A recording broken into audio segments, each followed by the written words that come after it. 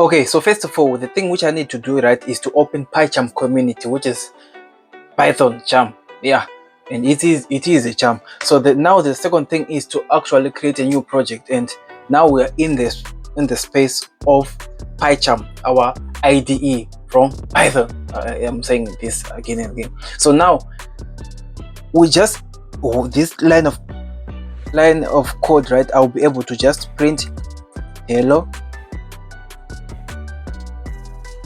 I am a robot, and now I just click where it says debug and run, and within a few seconds I've run my first Python code. But don't be fooled, this is just nothing.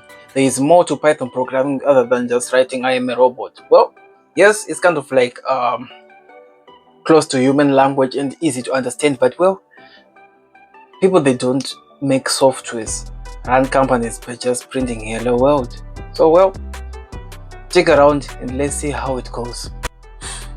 Yeah, it's gonna be a stressful journey. Bye for now.